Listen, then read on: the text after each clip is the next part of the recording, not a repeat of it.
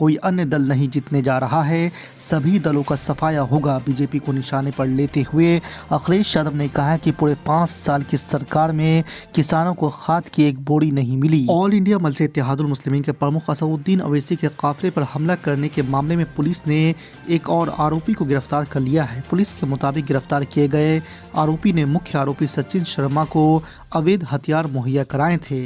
हालांकि पुलिस इस बारे में बेहद सावधानी बरत रही है। आपको बता दें कि कुछ समय पहले असदुद्दीन ओवैसी पर हमले के मुख्य आरोपी सचिन शर्मा और शुभम को पहले ही पुलिस ने गिरफ्तार कर चुकी है। इनको मालूम अगर ये गरीब मजलूम इनसे अगर कोई नेता निकल जाएगा तो फिर इनकी दुकान बंद और तुम्हारी दुकान बंद होगी इंशाअल्लाह ताला। तुम बहुत हमारे ऑटो की तिजारत कर चुके।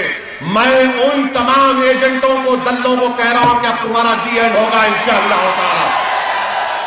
मैं यहां पर सिर्फ एक चुनाव के लिए नहीं आया हूं, मैं आता रहूंगा जब तक रब्बे करीम मुझे जिंदा रखेगा, मैं आता रहूंगा।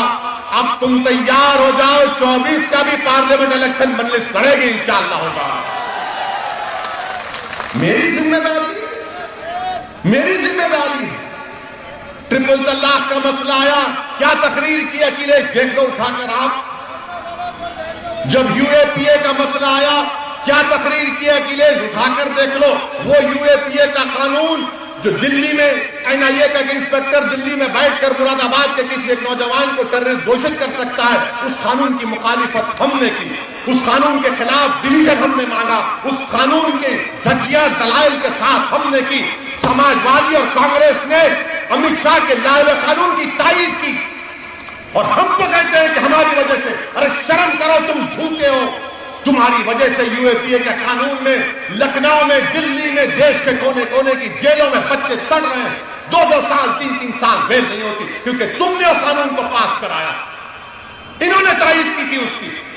मेरी जबान कड़वी क्यों है, मुझे गुस्सा क्यों आता है, ये नाइंसाफी को देख नहीं सकता। यूएपीए के कानून में उन्होंने तारीफ की। पूछो समाजवादी से, कांग्रेसियों से।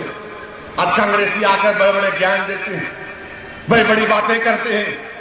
मेरे अजीज दोस्तों और बुजुर्गों, मैं उम्मीद करता हूं कि आप अच्छा फैसला लेंगे और मैं हमारी मां और बहनों से अपील कर रहा हूं कि 14 तारीख के दिन इंशाअल्लाह ताला अगर आप हिजाब, निकाब और चादर डालती है तो जरूर डाल कर आइए। आजकल मीडिया को और ये दूसरे लोगों को बड़ा शौक हो गया, नहीं हर ये चादर बुर्खा ये महिलाओं को दबाने की निशानी है। अभी मेरे घर में क्यों झांक रहा, तेरे घर में झांक। मेरी बेटी, मेरी बीवी, मेरी पत्नी, मेरी अम्मा, मेरी खाला, वो कैसे जिंदगी गुजारेगी, उसका हक है, वो सुप्रीम कोर्ट कह चुका है। अब मैं क्या तुम बोले सो खाऊंगा, तुम जो बोले पहनूंगा।